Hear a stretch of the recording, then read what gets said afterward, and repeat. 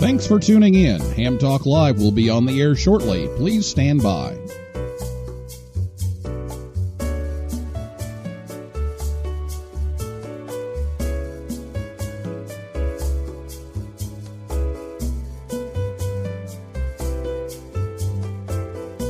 This episode of Ham Talk Live is brought to you by Tower Electronics. For connectors, cables, and more, call 920-435-2973 or visit pl-259.com. And by ICOM. Heard it, worked it, logged it. Visit www.icomamerica.com/amateur for more information about ICOM radios. It's Ham Radio.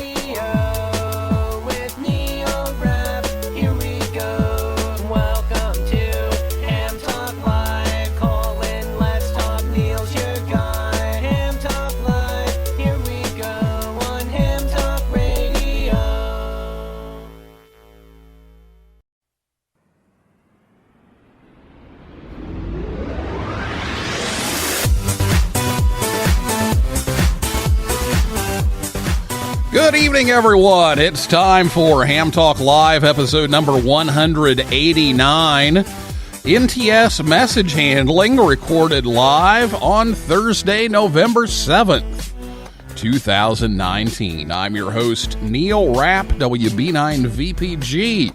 Thanks for tuning in to this episode of Ham Talk Live. Tonight, we're joined by Marcia Forde at KW1U, and we'll take your calls live in just a few minutes.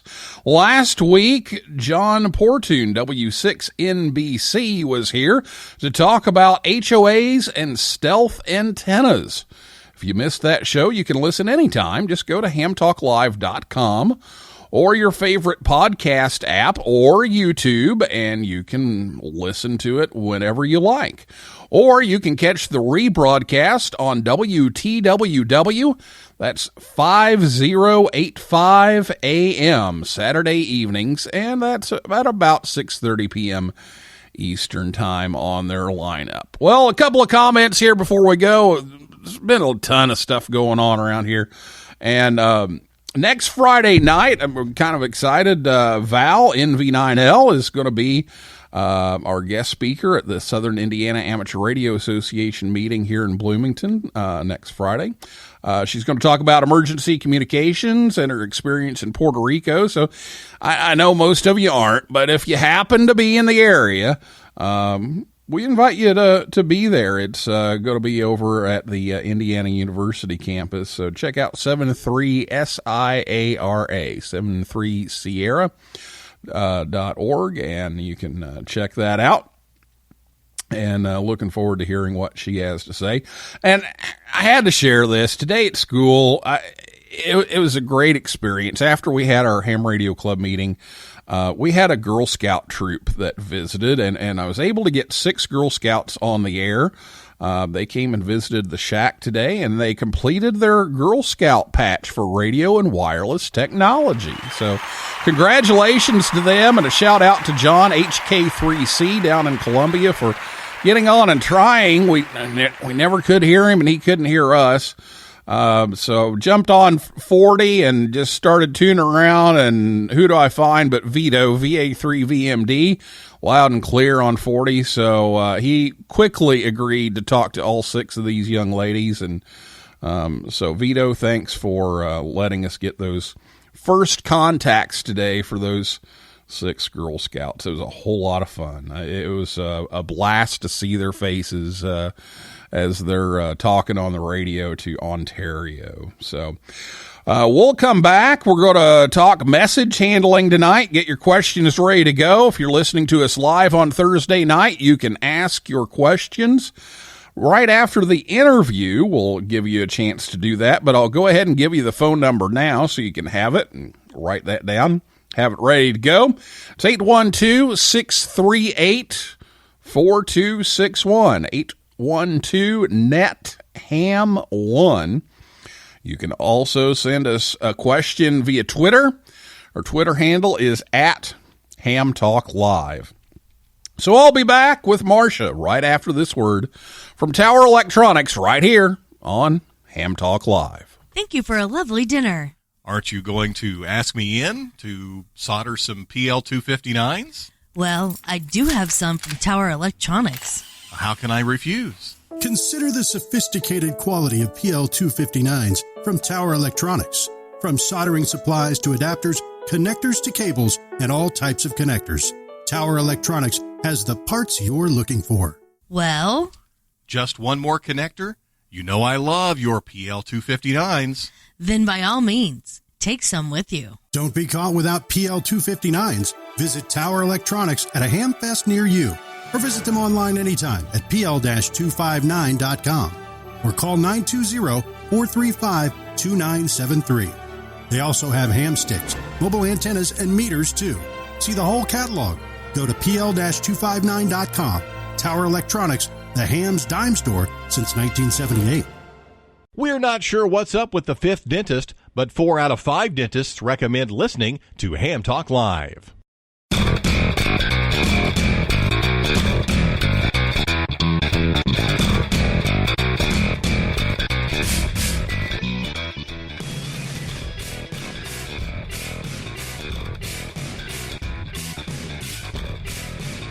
Thanks to Scott and Jill at Tower Electronics for bringing Ham Talk Live your way each and every week. Their Hamfest schedule coming up this weekend. It's Montgomery, Alabama, November 8th and 9th. November 16th and 17th, they'll be in Fort Wayne, Indiana. December 6th and 7th, Ocala, Florida. And December 13th and 14th, Plant City, Florida. That's near Tampa. And if you can't make any of those, you can visit them 24/7 at pl-259.com.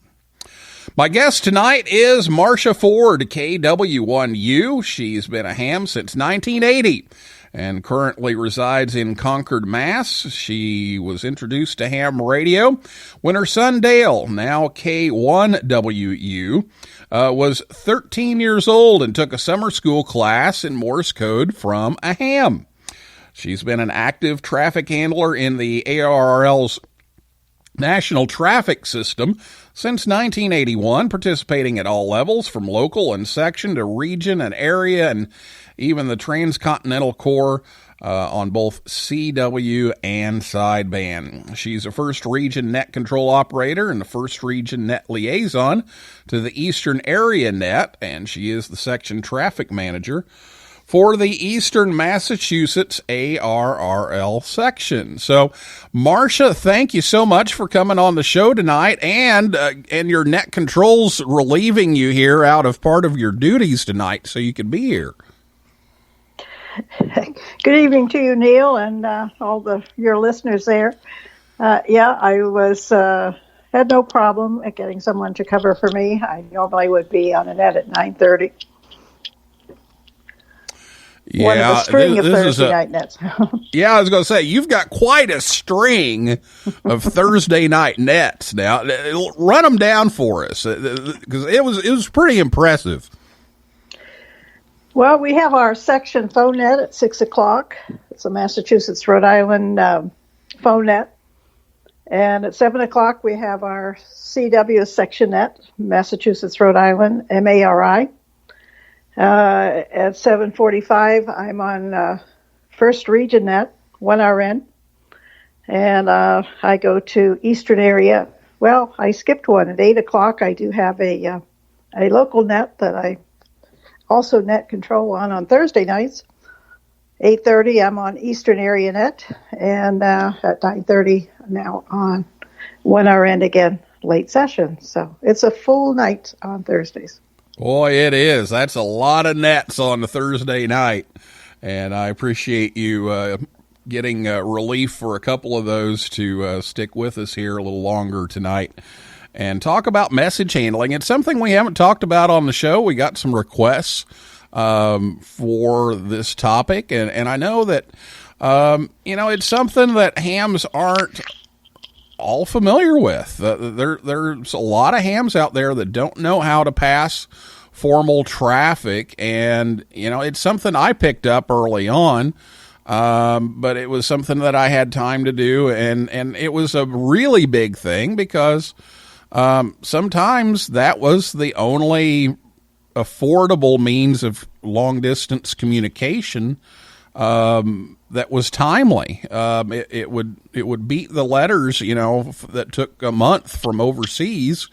And so it was a big thing. So I spent a lot of time doing that when I was a young boy. But what does a new ham or a ham that hasn't passed traffic before really need to know about the delivery of a message? So if a message comes in and they decide to take it and deliver it, what do they need to know?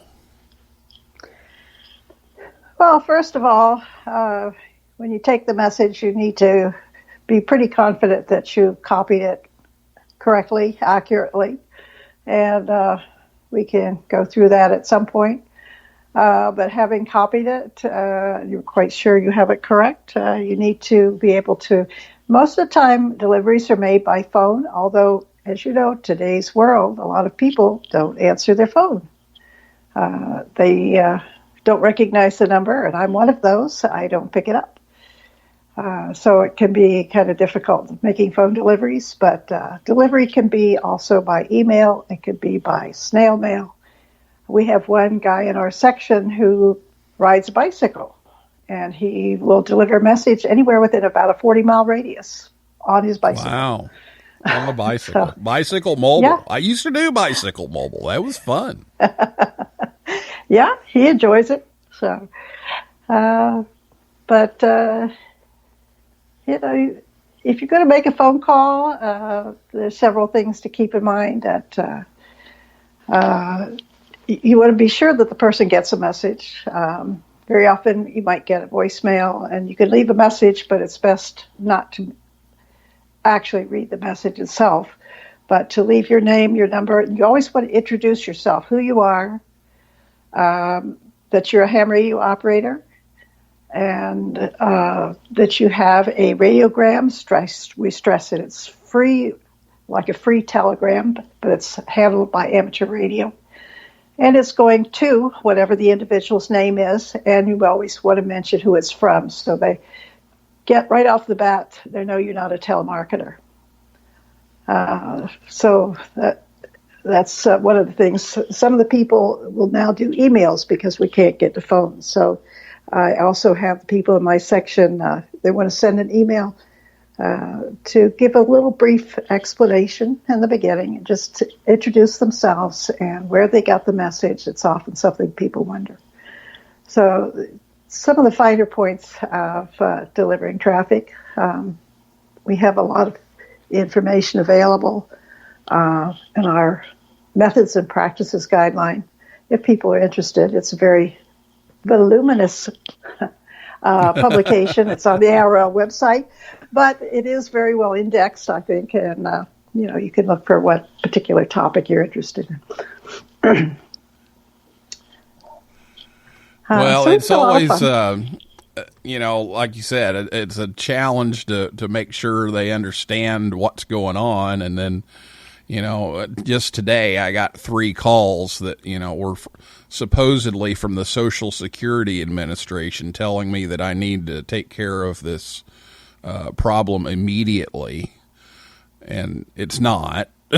And so, you want to ignore those calls, and so that is an added challenge these days because, I do the same thing. If it's not a number I know, it goes to voicemail, and then I'll call back if that's it, because most of the time it's not somebody I know, and so that's a challenge. Well, what about sending a message? How do you format the message, and how is it sent? And I will say this before I turn it over to you, that in the promotions on the show for Facebook, Twitter, Instagram, and eHam and Reddit, and well, we didn't put it on Reddit and eHam because we don't do graphics, and QRZ. So Facebook, Twitter, Instagram, and QRZ.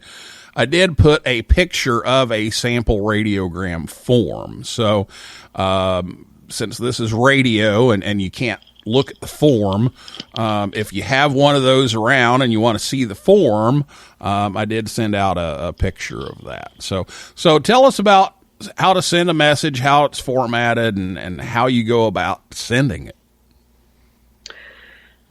Okay, well, if you can have a picture of this form in front of you, you can understand what I'm talking about. One of the primary things, parts of a radiogram is the header, what we call the header or the preamble, which contains very important information. One of the advantages of what we do is that we can track a message. We have a written record of it, and we can always go back and find it, find out what happened to it if it gets lost for some reason. So you'll notice at the top of the form there are boxes across there. There's 8 boxes, and the 6 of those are absolutely mandatory. 2 of them are very optional. But the first box, you'll have a message number, and this is an identifier for that message. That's your message number. You assign that number. A lot of people will start with 1 and just go sequentially. People have various other numbering schemes, but that's up to you. The next box is a precedence, and that establishes the priority of the message. We have 4 precedences: emergency, priority, welfare, and routine. Emergency, I've never seen a formal written message with emergency. Usually that's done more tactical. But priority you will see with the officials of organizations if you do emergency work, or it may be a priority if there's a time sensitivity to it. Health and welfare is pretty obvious. And then we have routine, which is mostly what we do. Routine messages are what we practice on. And that's one of the reasons we do this as much as we do, because we're ready, we practiced, and we know what to do if the emergency situation arises where it's not the time to learn. The next box is a handling instruction, and that's an optional one. And what it is the originator of the message wants to add some additional information for a delivering station. We can leave that for another time, but that's, as I say, that's optional. And just a couple of examples of that would be like you want to return receipt, or something that is special about that delivery. Correct. You might have what we use HX and then another letter between A and G. So we would say Hotel X-ray. Charlie, for example, might say, please report back the date and time of delivery. We want to know that it's been delivered. Or we might use HXE, echo, and there would be a request for a reply back. So something of that nature. Very good. And then the next box is your station of origin, and that is your call if you're formatting the message and putting it on the air. You may be creating your own message, or you may help someone else, a third party, put a message on the air. It would be your call if you're the one that's formatting that message and putting it on the air. The next box is a check, and that's a very important part of the message because that's what helps us to maintain accuracy. That is the number of word groups in the text of the message. That number has to agree with the number of words you see below in the text, so we'll go through the text later. The next box is a place of origin, and if it's your own message, it would be your location. But if it's for a third party, it would be their location, whoever it needs to match with the signature of the message. The next box is a time file, and we rarely use that, particularly for routine messages, but it is optional if people want to use that. And we generally use UTC time in there because the message may be going across time zones or maybe going to another country. So to be consistent, we use UTC time there. And then the final box is the date of the message. And I often use, because I handle so many, the date is very important if I need to locate it. If you can tell me what date was in it, then that helps me to find it because I have so many to go through. But you have the 6 parts then that are absolutely mandatory, and that's what helps us keep track of a message. Following that part of the message, we have the address, the name and address. It's important to have as much information that would help someone to deliver that message. If there's a ham call, you might include that. You want to have a street address if it has to be mailed, a city and town, or town and state. And a zip code is very important. We also have a digital network, and the digital system of which I'm involved forwards often by zip code. So it's very important to have a zip code in there. And then obviously the phone number and also email address if you have it, anything helping to get that message delivered. At the end of this portion, we would have a break. We'll go through that later when we do a sample message. Then you have your text. We try to keep the text to 25 words or less. It's not a hard and fast rule, but that's encouraged to be succinct in how you word a message and also to help cut down the sending time to get it relayed. Following the text, we have the signature. And I would caution that people like to put things like 7-3, best regards, love, whatever they put, that is all part of the text. Only thing in the signature is the signature itself. Anything else this person sending the messages wants to add if they want to put their own phone number down so the addressee can call them by phone. So that is the format of the message. And we can go over at some point and what you might find in the text and so forth. Oh. Yeah, I think the breaks and the word count are probably the most tricky for beginners, because if you have numbers and then you have periods, which are X-rays, that it's not really an X-ray. It's the term X-ray is used for a period, for end of sentence. And so that can get a little bit tricky, so you can kind of point that out. But I was going to ask you to kind of display and sample what passing a message would sound like and where the breaks are and everything. And this is the wonders of live radio. We got a tweet a while ago, and it was in the form of a message. So I decided right before the show, right before we went to air, that I'd just go ahead and pass this message to you, and then you can critique me, and you can use this as an example and kind of explain what I was doing. So thanks to Dave, K5IX, for sending in a tweet in the form of an NTS message. We're gonna do this. So here we go. So this is David's number 11 routine. Now you hear her typing. She's trying to keep up with this, and you know, I used to write all these by hand when I did them, and so I would leave a lot more space. I'm going a little faster here because I don't want to, put everybody to sleep as I'm doing this. But okay, so it was number 11 routine, Hotel X-Ray Golf from Kilo 5 India X-Ray.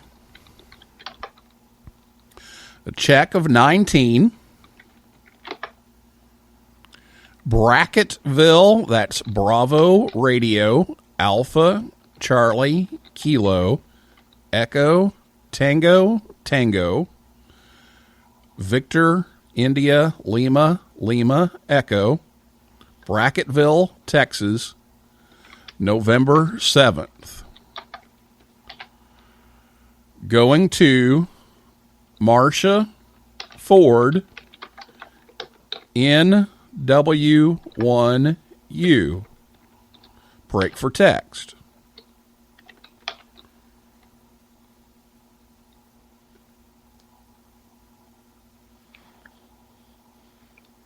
Now, at this point, so we took the break. Yeah. Okay. Oh, go ahead. I was just going to say, when you do break, allow a few seconds before continuing and allow me to break in if I need to fill what you've done so far. But if I don't respond to you, then you can just keep going because I'm typing and then I have to pick up the microphone and so forth. So it makes it, It's better if you just keep going, just allow a few seconds for a response. All right. Go ahead. After the break. Okay. Here's the text. Thanks for your visit to Ham Talk Live. X-ray. I look forward to the podcast during my morning commute.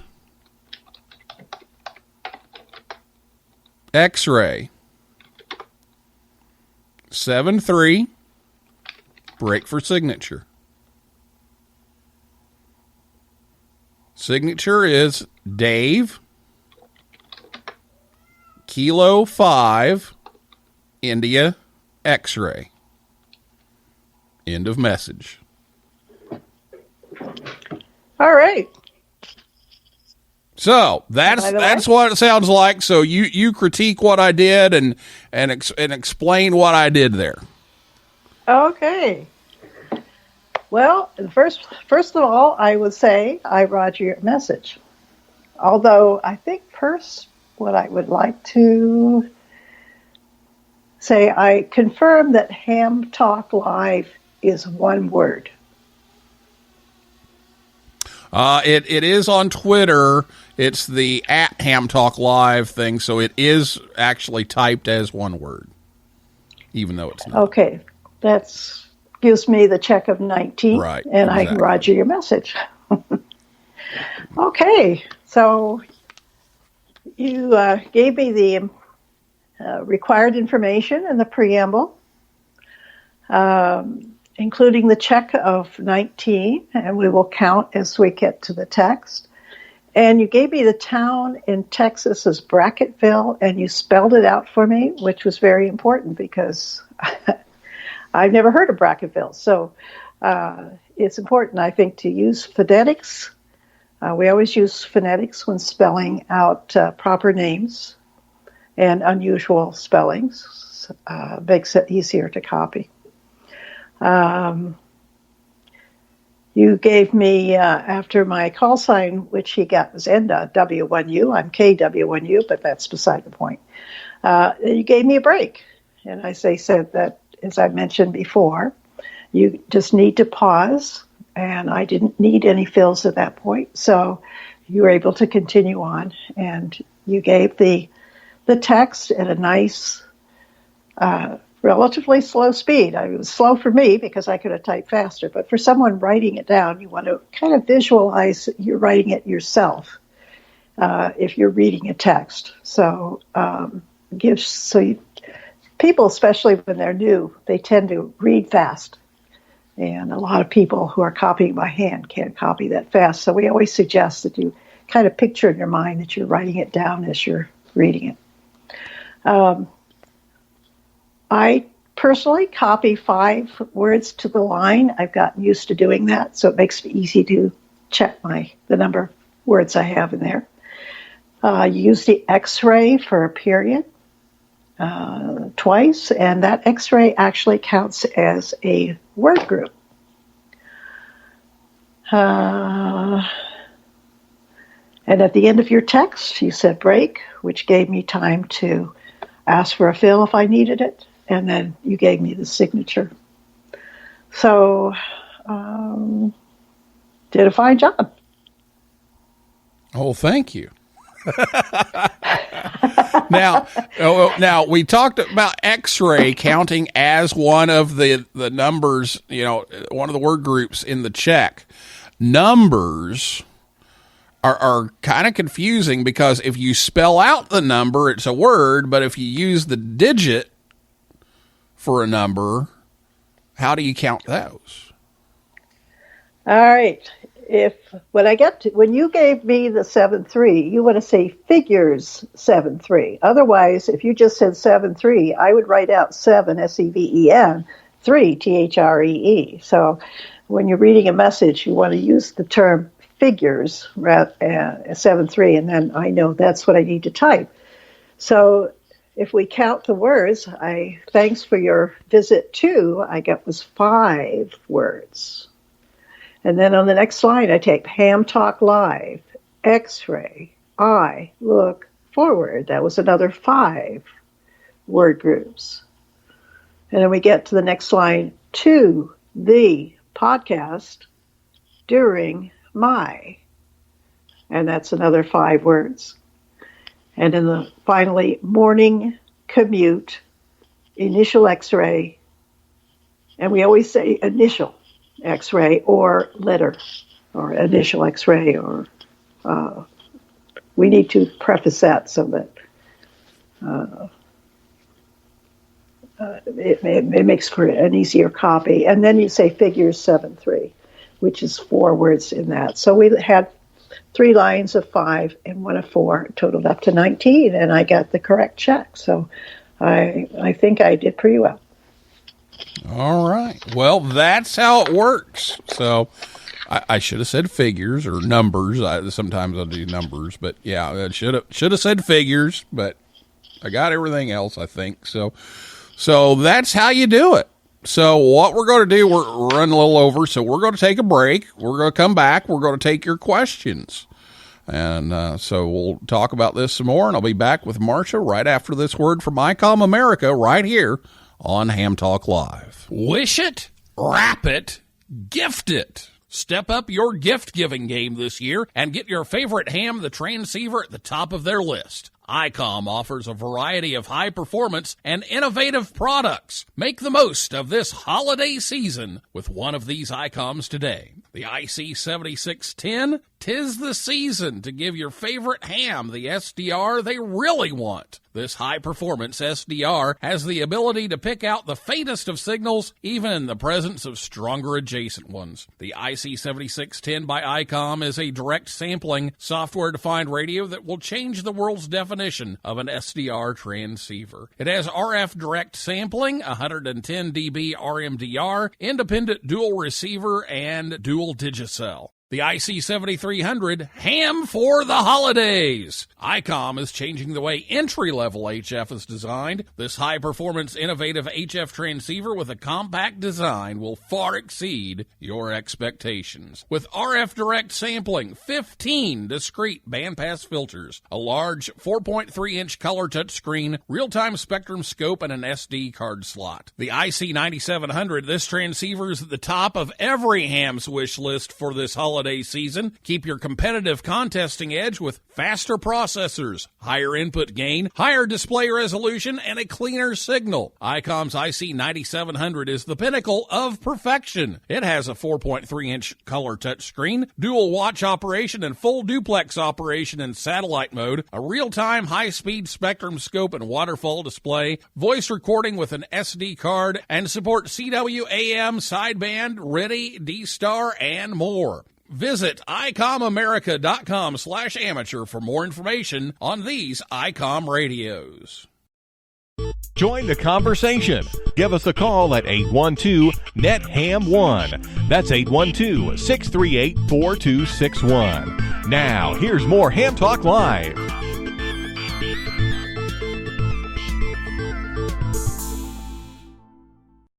Ham Talk Live with Neil Rapp.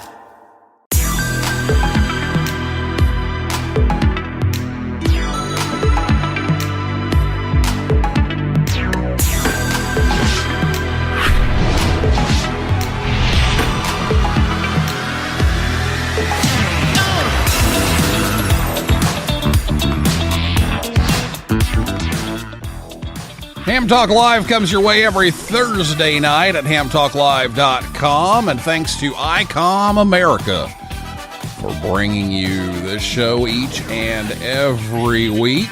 Check them out at icomamerica.com/amateur. We're on the air every Thursday night, 9 p.m. Eastern Time at hamtalklive.com. Check us out on Facebook, Twitter, and Instagram. And now it's time for your questions. So give us a call if you have a question for Marcia at 812-NET-HAM1. That's 812-638-4261. Oh, wait a minute. I should have said figures. Figures 812-638-4261. Or you can tweet us. It's at Ham Talk Live. And if you're listening to us on WTWW or on the podcast edition, you won't be able to reach us because it's live on Thursday night. So give us a call, 812-638-4261. So we've got a tweet and a comment here on Spreaker. First of all, Jill, KD8QGA, is in the shack. And, yeah, she used to be a troop leader, so she enjoyed the Girl Scout thing today. And I'm just glad they have that patch. That was a good move. We also have a message here. We got another message. We've started something here, Marcia. We've got a message here that came in over the Spreaker chat from Smokey McCrae. So, and I'm going to just read this at like fast pace here. We're not going to copy it, but it's number 357. Wow, that's a lot of messages. Number 357 routine HXC from N5MKY with a check of 25. Battle Creek, Michigan, November 7th, going to Marcia Forde, KW1U. Hello, Marcia. X-Ray, good to hear you on Ham Talk Live. X-Ray, good to hear you without QSN and QSB. See you on the EAN Smoky N5MKY. All right. Well, if Smokey's listening, let's say hello, because I've heard Smokey on Eastern Area Net. He checks in when I'm net control, so it's always good to have him there, and I thank him for the radiogram. And you can send him an HXC saying it was delivered. Okay, we'll do that. Hang here, let me type that. Delivered. There we go. Okay, got it. All right, so we've delivered our message. So that's what it's about, and I'm glad we're kind of having some fun with this tonight, because it can be a fun thing. It's just it's something that you got to learn, and you got to learn, where the X-ray is and where the brakes are, and and all those little things. But people can kind of help you through that, and kind of, like anything else, it takes some practice. It takes some teaching and learning, and hopefully we've got some people started on that tonight. Oh, I hope so. I would say I've done it for a lot of years now. It's been a lot of fun. We have our section nets and our local nets where we do the training. That's what they're there for, is to help people to learn and to be able to practice so that they feel comfortable doing it. Okay, that number again, 812-638-4261. If you have a question about traffic handling, give us a call or give us a tweet. Or if you're on Spreaker, you can type something in the chat there.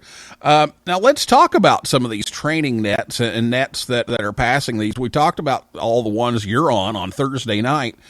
So explain what the difference is between like a local net and a region net and a district net, area net. How do all those work and interface with each other?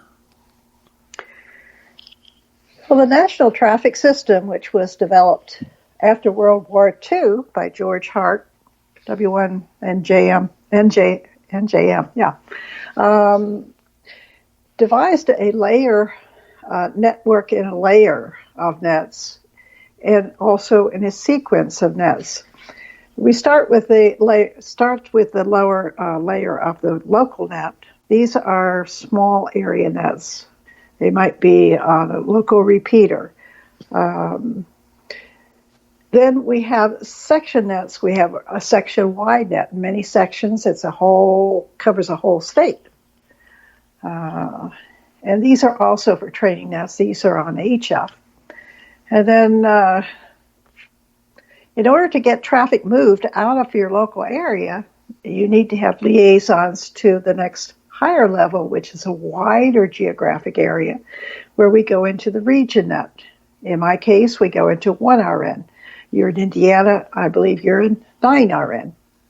And then from the region area, for example, our region covers all of New England, the 6 states of New England.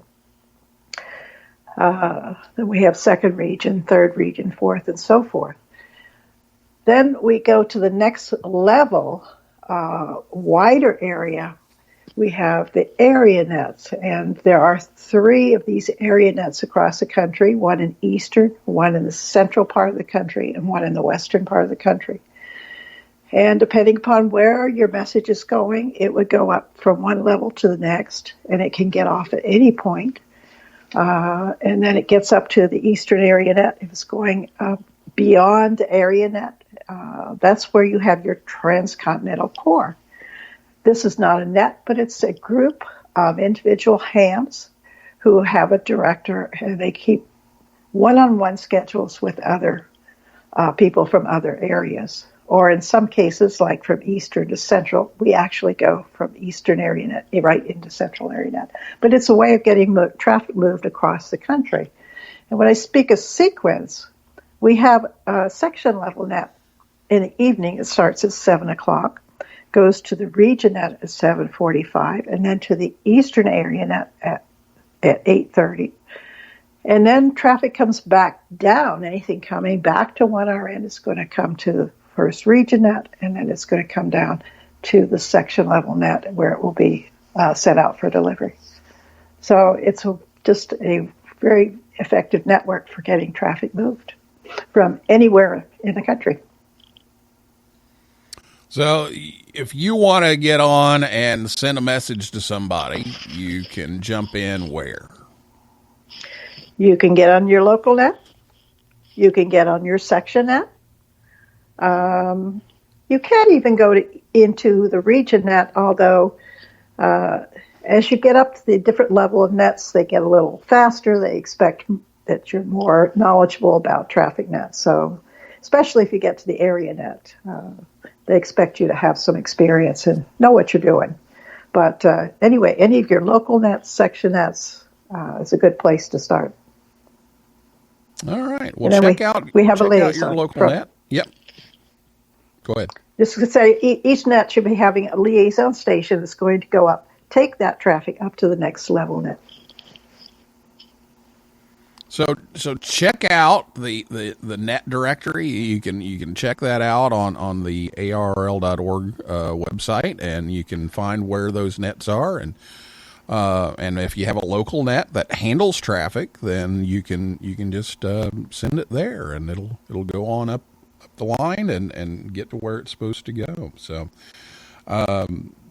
that's a good rundown of all the different nets, and so that's somewhere to start. So check out your local net and try it out sometime. That'd be good. Well, let's see if we have any more messages coming in or any comments here before we close down, because we are starting to run out of time here. Let me refresh here. Okay, don't see anything over there. And it looks like we're good there. So, okay, very good. Well, I hope that some people have gotten some experience here by listening to us, past one of these and all the rundown of all those boxes at the top and how to do that. And one thing I didn't put in the script, and we don't have to get into this a whole lot, but if you get into this more, there are some standard messages so that you don't have to write all of that stuff out. So if you want to say happy birthday, I think, is that ARL 42? 46. 46. Okay. So there are these standard numbered radiograms that have standard messages that you can throw into the message. So talk a little bit about that and how those are in the check. How do you handle those? All right. There is a listing of what we call ARRL numbered radiograms. You can find those also on the arrl.org website. There's quite a number of them. Some of them are used more for emergency use and some are for general use. What they do is to shorten a message, ideally, and it allows for faster transmission of a message. So if you find one that's appropriate to use, by all means use it if you wish. However, when you do send a message with an ARL numbered radiogram in it, you're going to, in the check, up at the top, under the count, it's going to be, if it's instead of a check of, say, 19, it would be a check of ARL 19, ARL 19. That indicates that there is one of these messages in the text. Now, in the text, you're going to spell it out. You're going to say ARL, letter group, ARL, 40, and you're going to spell 40, Foxtrot, Oscar, Romeo, Tango, Yankee, 6, how you spell Sierra, India, X-ray. When you're on HF especially, this is important because conditions can be pretty rough. But it's important to spell it out like that. And then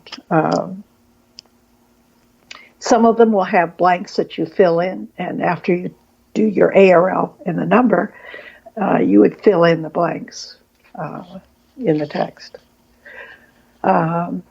Obviously, when you're delivering a message, you're going to need to translate that to the recipient because they're not going to know what you're talking about. Yeah, so you have to look those up and then you can read it. And so maybe it's, trying to think of one of those that has the blank in it. Arrived safely at blank, I think, is maybe one of them, something like that. That's probably one of them. Yeah, we see a lot of, when you see if you can't deliver a message, you need to send a service message back, letting the originator know you were not able to deliver it. And you can use what we call ARL 67, and that has blanks after it because you would identify the message. It would be the message number, and it might be the call sign of the recipient or the last name of the recipient or something like that.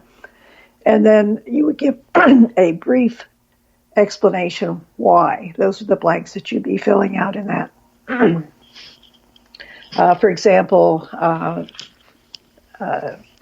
no answer to phone after 3 days, or number is disconnected, or something like that. So that's one with a blank. Those are great for, standard things that you say over and over again. You can abbreviate them with those. And somebody came up with a funny idea, and they came up with this parody of the ARRL numbered radiograms, and it was the RAAL numbered radiograms. And I always got a laugh out of them because it would be like, happy birthday to you and yours. So it'd be, okay, your entire family has the same birthday? Or there's a series of them. One of them was, I arrived safely, but my baggage is lost. My baggage arrived safely, but I am lost. And the plane arrived safely, but I and my baggage are lost.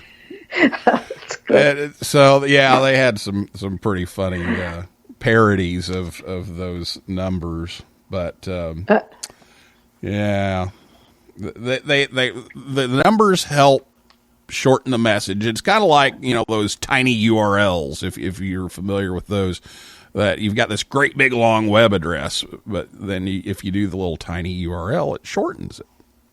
Uh-huh. Yeah. Well, we are out of time, Marcia, but thank you so much for coming on and teaching us about message handling and telling us about all these things, and appreciate you taking time out and, like I said, getting coverage on your nets to be here tonight. So thank you very much. Well, thank you, Neil, for inviting me. It's been a pleasure, and I hope we get some new traffic handlers out of it. All right. Well, that is a wrap for this week's edition of Ham Talk Live. Thanks to my guest, Marcia Forde, KW1U, and everyone out there in cyberspace for listening and typing in. And invite you back next Thursday night at 9 p.m. Eastern Time when Becky Schoenfeld, W1BXY, will be here to talk about what goes into making QST magazine, and also the new On the Air magazine that's coming out soon. For a list of all of our upcoming guests, visit hamtalklive.com. And one last thing, if you are around next week and are watching Ham Nation, we've got a big announcement coming from Youth on the Air Camp. So tune in, and I think you're going to really like it. So check that out.